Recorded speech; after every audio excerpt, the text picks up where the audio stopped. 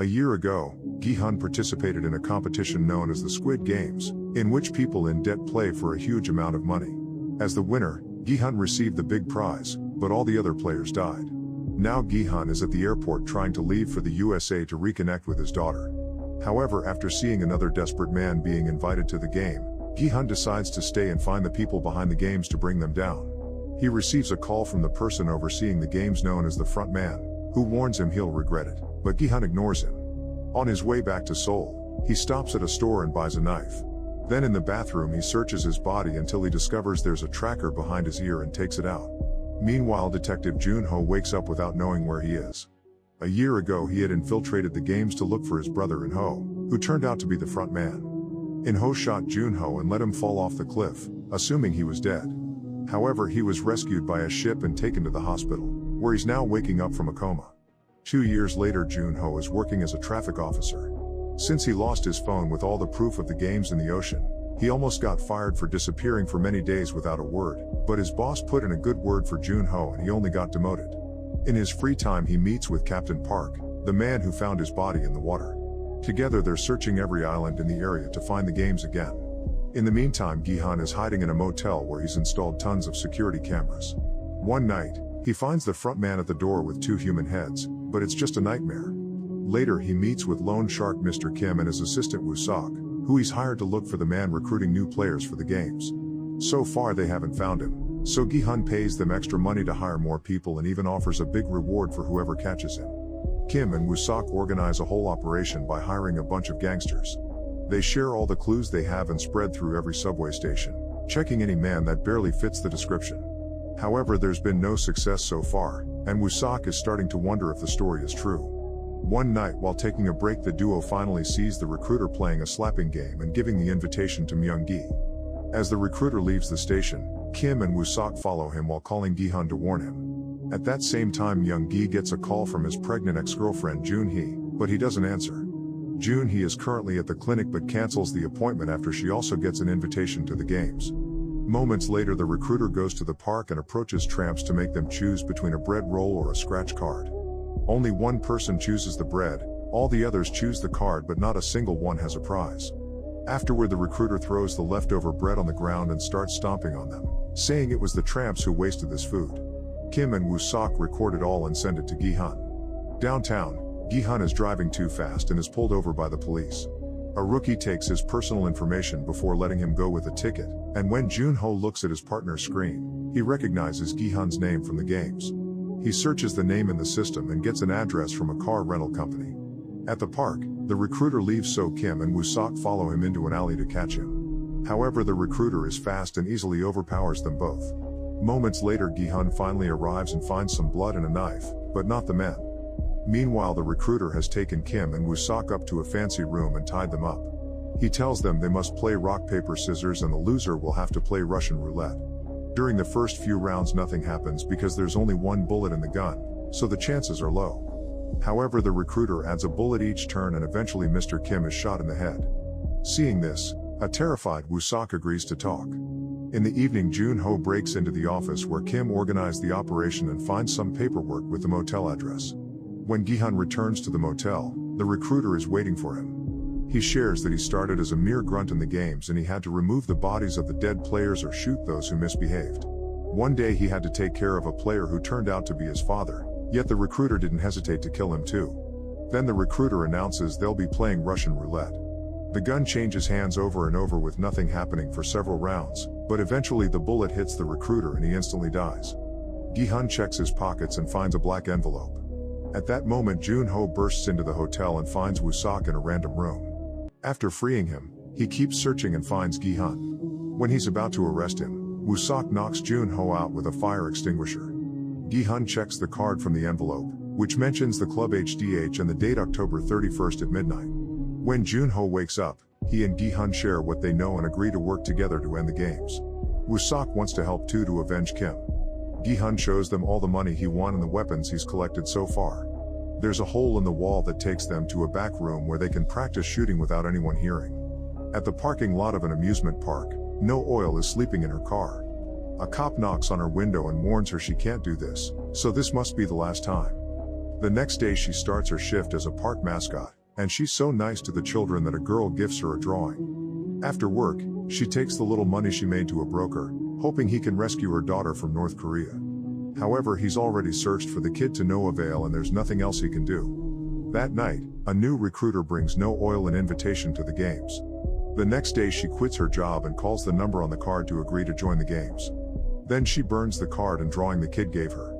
As part of the plan, Gi-hun gets a tooth removed and replaces it with a fake one that has a tracker. He also hires a bunch of thugs who train with his weapons in the hidden room. Later Gi-hun calls his daughter but doesn't dare to say anything. He only listens to her voice before hanging up. When the day finally comes, the club is full of people celebrating Halloween. Gi-hun and Woo-sok search the club while Jun-ho keeps guard outside. He notices two people wearing the guard uniforms from the games and follows them into the club, threatening the bouncer to be able to pass. Unfortunately, he's too late. One of the guards chases Woo-sok to knock him out while the other makes Gi-hun leave the club. Jun-ho finds a sleeping Woo-sok and notices on the tracker that Gi-hun is leaving, so he warns the hired thugs. Gi-hun is brought to a limo that the thugs start following in their cars. The frontman talks to Gi-hun through a speaker, who refuses to stop the game when Gi-hun asks. He explains the game will continue as long as the system keeps on ruining people.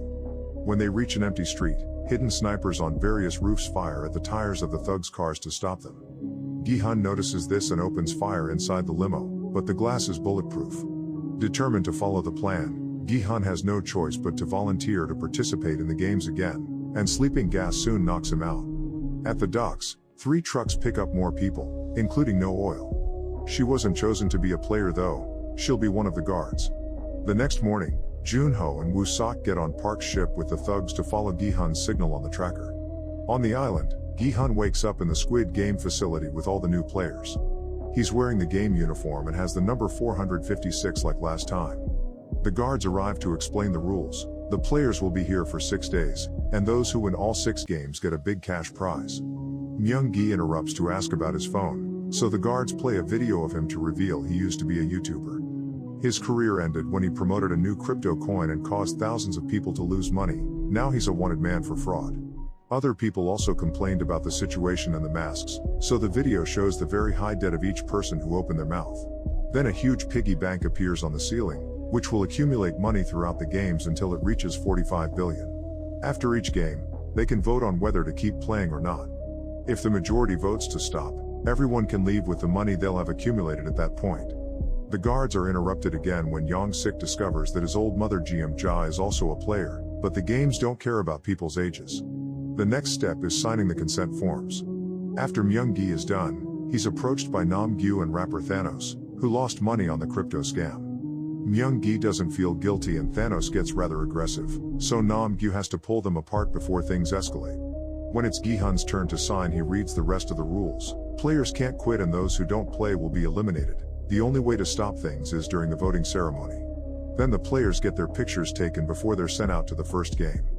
Gi-hun is shocked to discover his old friend Young-bae is also playing and tells him to stay close to him. Meanwhile, Jun-ho and his men follow the tracker until they finally arrive on the island and send out a drone to search for the facility. The island appears to be empty except for a fisherman. The group quickly surrounds him and finds the tracker among his tools, which means the game people removed it from Gi-hun's mouth when he was gassed. Soon the players are sent out to a yard where a huge doll is waiting. Gi-hun is worried because his friends don't show up and removes his dental implant to discover the tracker is gone, so he'll have to play. The first game will be red light green light. Players have 5 minutes to reach the other end of the yard, but they can only move when the doll says green light. If the doll says red light, everyone must stay still, and those who move will be out. Gi-hun tries to warn everyone that eliminated here means literally killed, but they don't believe him.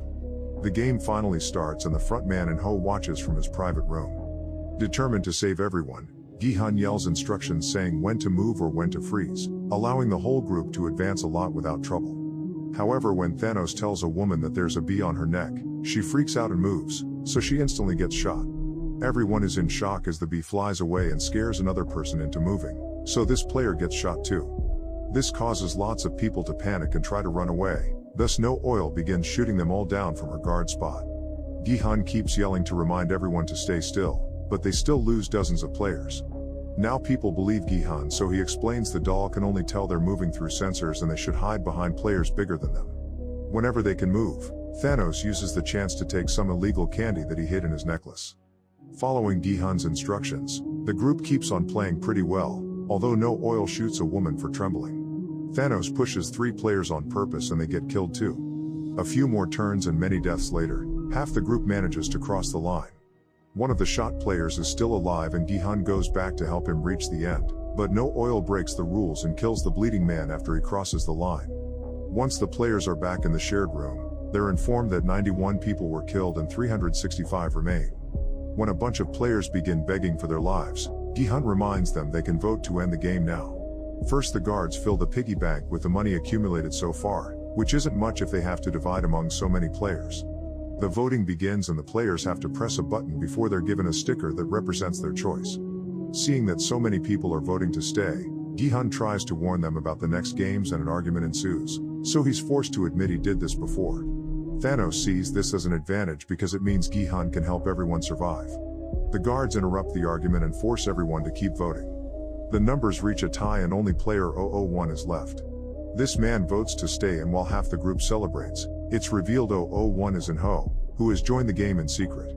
Later during dinner, the players ask Gi-hun for tips on the next game. He tells them it's Dalgona, a game in which they must carve out a piece of candy without breaking it. Some players want to keep the information for themselves to have an advantage, but Gi-hun promises he'll help everyone equally. In-ho keeps asking Gi-hun why he came back, not understanding the concept of altruism. Meanwhile, Jeom-ja shares her food with Junhee because she can tell she's pregnant. Thanos and Nam-gyu keep on bothering Myung-gi until he snaps and starts a fight, so In-ho tries to calm them down.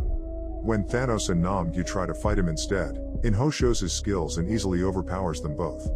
This earns him everyone's respect. In the middle of the night, In-ho tells Gi-hun that his pregnant wife is very sick and he needs money to pay for the treatment, gaining Gi-hun's pity. In the facility labs, the guards are having trouble harvesting the organs from the dead players. A lot of them have been deemed unsalvageable because they've been shot a second time, which isn't supposed to happen. They realize no oil did that, so she's taken to see the officer, who is overseeing things while In-ho is in the game. The officer met No Oil 7 years ago when she was a rebel fighting in North Korea and hired her for the games in exchange for finding her child. He yells at her for breaking the rules, but No Oil doesn't care and just walks away. In Seoul, Junho tries to get help from the police, but they still refuse to do anything without evidence. He tells Woo-sok and the thugs to keep searching the islands in the area. However, Park says they'll have to wait to sail again because of the bad weather. The next day, Thanos continues to secretly take his happy candy. Junhee approaches Myung-gi to tell him she's keeping the baby, which goes against what they agreed on. The argument is interrupted when the second game is announced, but it's not Dalgona like Gi-hun predicted. The group is taken to the yard and asked to split into teams of 5. Most people don't trust Gi-hun anymore, so he ends up in a team with In-ho, Young-bae, Dae-ho, and Junhee. The game is 6-legged pentathlon and each team will have all their legs tied together. They'll take turns playing a mini-game at every 10-meter mark, and if they win, the team can move to the next one. There are 5 games and 5 minutes to finish them all. After the teams choose which player will play each game, the guards tie their ankles together. While the first 2 teams start playing, the waiting teams watch them to learn some strategies. Dae-ho watches a seize deal with some pieces and begins practicing with some stones from the ground. When a team fails at a game, they're allowed to start over as many times as necessary, but it loses a lot of time. This makes them more scared and nervous, causing them to make even more mistakes. Instead of paying attention, Nam-gyu asks Thanos to share his happy candy. When the first round ends, both teams fail to finish the games and all 10 players are shot in the spot. More guards arrive to take the bodies away in coffins, but No Oil always makes sure to shoot them again. The next team to play is Jeom-ja's. Young-mi is very nervous and keeps losing the first game, but Yoon-ju gently calms her down and she manages to win. Young-sik misses the first rock throw, but nails the second. Jeom-ja plays with the little pieces and makes a small mistake, however she quickly recovers and wins thanks to her son's support. As the crowd cheers for them, the 5th team member gets too nervous because she sees the blood on the ground and she can't get the spinning top ready after many tries. Yoon-ju slaps her a couple of times and threatens her until she concentrates, which helps her use the spinning top correctly. Lastly, Yoon-ju has to kick a pom-pom 5 times and pulls it off on her first try, so the team wins the challenge just in time. The teams keep playing with various degrees of success. Most of them pass, including Thanos' group, but a few lose and get killed, so there's blood everywhere now. The final 2 teams are some randoms and Gi-huns. Jun-hee starts by winning on her first try, and Young-bae does the rock toss on his first try too. Thanks to his practice, Dae-ho is also successful without missing. Unfortunately, In-ho keeps missing the spinning top and starts freaking out, so Gi-hun has to calm him down. Thanks to that support, In-ho finally wins the game. With only a few seconds left, Gi-hun begins kicking the pom-pom and almost misses, but In-ho helps him move and the team successfully finishes the challenge. The other team doesn't make it and they're killed. When the players return to the room, Yoon-ju shares with her team that she needs the money to pay for the operation to finish her transition. Nobody is happy to see that Gi-hun has made it. His team decides to do proper introductions, and In-ho uses a fake name. Meanwhile, two guards push No Oil into her room and scold her for ruining the bodies. She tries defending herself, but there are two of them and they have a knife, so they overpower her. As they cut her cheek, they tell her this is the last warning. If she messes with the bodies again, they'll cut her fingers. Afterward, the guards go to the players' room to add the money to the piggy bank and announce 110 players died during the last game, which means 255 are left. Now it's time to vote, and Jin-hun's team, including In-ho, agrees to choose to stop. Young-sik ignores his mother's worries and chooses to continue. The votes are looking like a tie again, so In-ho gives a speech to try to convince everyone to stop. However, an old man insists it's still not enough money since most people here have huge debts. An argument ensues again, so the guy begins chanting one more game, quickly gaining the support of lots of people. In the end, staying in the game wins. Later over dinner, Young-sik explains to his mother that he has more debt than she knows about, but Jeom-ja is still disappointed by him. Gi-hun's team isn't happy with Young-bae either because he also voted to stay, but they still keep him around. They also give Jun-hee some extra food for the baby. In the bathroom, Thanos' team is harassing Myung-gi because he chose to leave, but when they're about to fight, In-ho comes in and Thanos leaves in fear. The mood in the entire room is tense and everyone is wary, so Gi-hun tells his team to sleep under the beds and take turns keeping watch in case of an attack.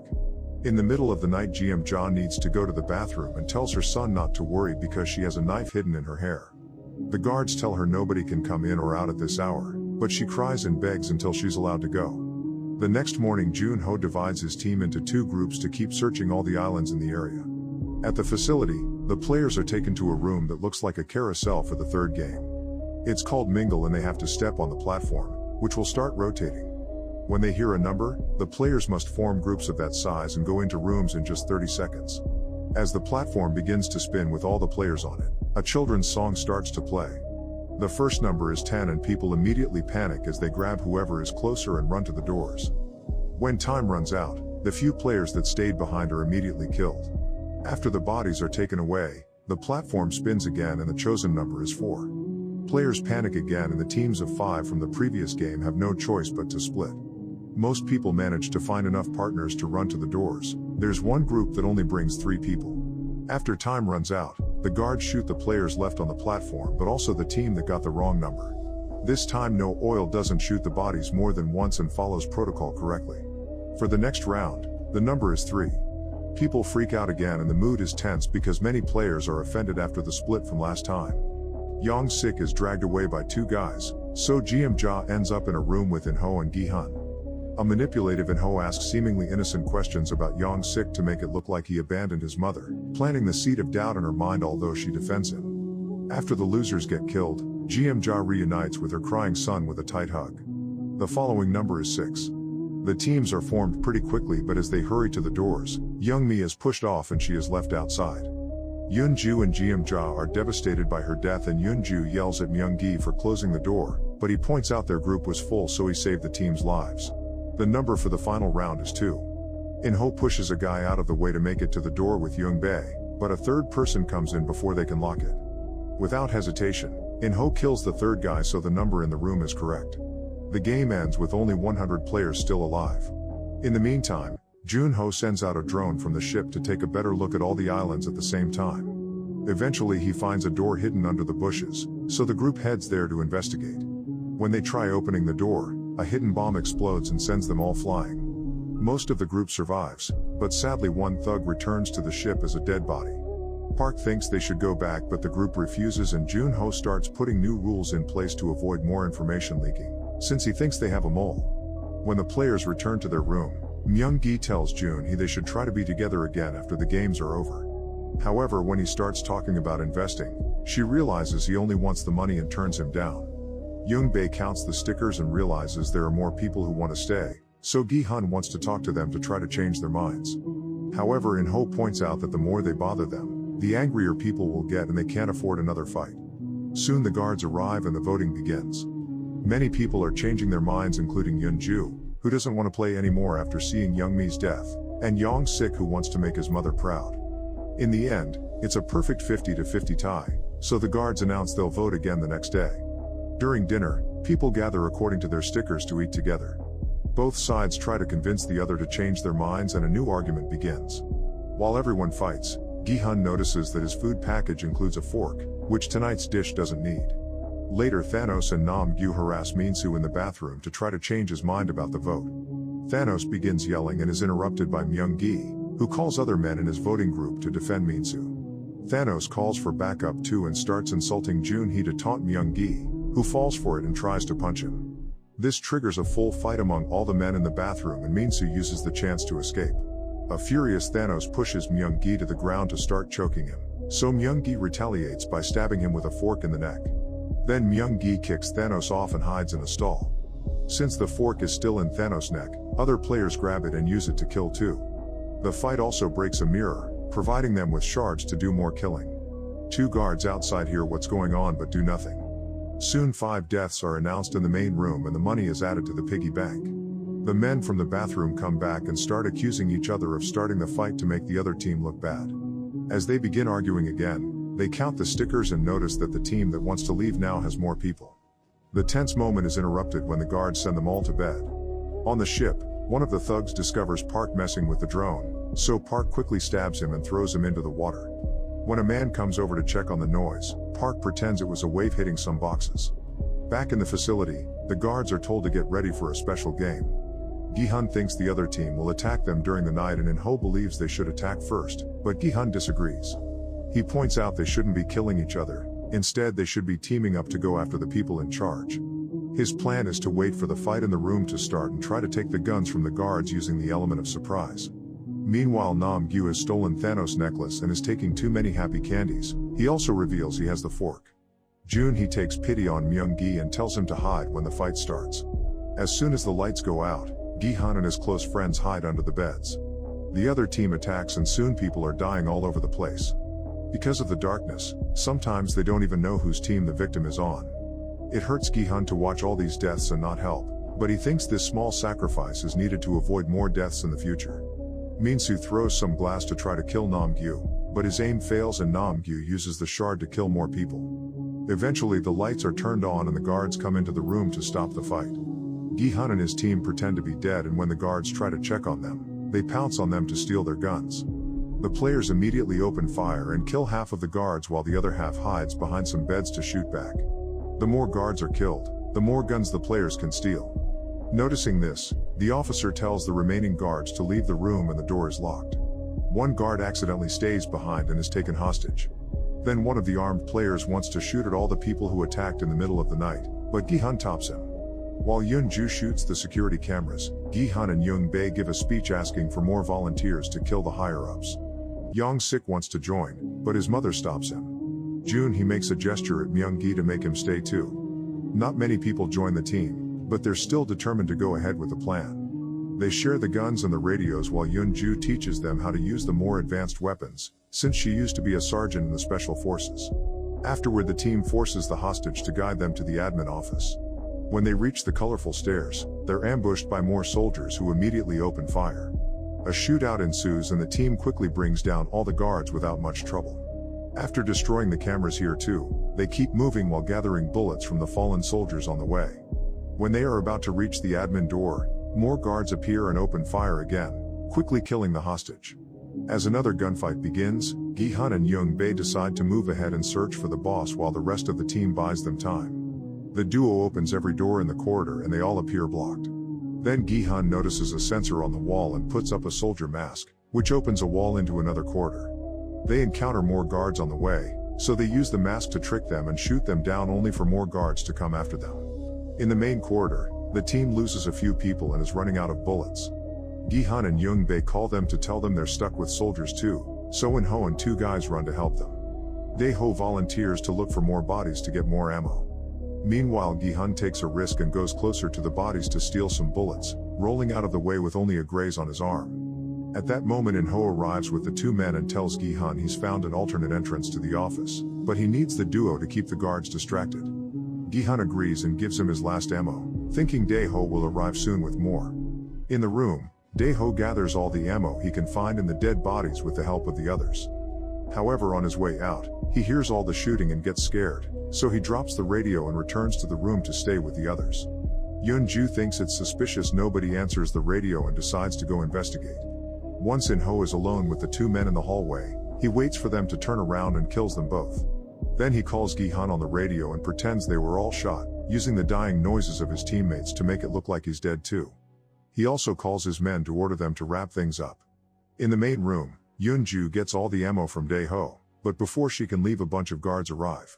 She wants to fight them, however Jeom-ja convinces her to stay hidden since she can't win alone. In the main corridor, one of the team members decides to self-delete with his last bullet. The other two surrender, but the guards kill them anyway. Hearing all this on the radio, Gi-hun and Young-bae surrender as well. In-ho appears wearing the frontman mask again and tells Gi-hun these are the consequences of playing hero before he shoots Young-bae in the head. Gi-hun freaks out over the loss of his friend, so the guards have to hold him down. Sometime later, the remaining players are playing red light green light with two dolls this time. Make sure to subscribe and turn on notifications so you can watch more videos like this. Thanks for watching.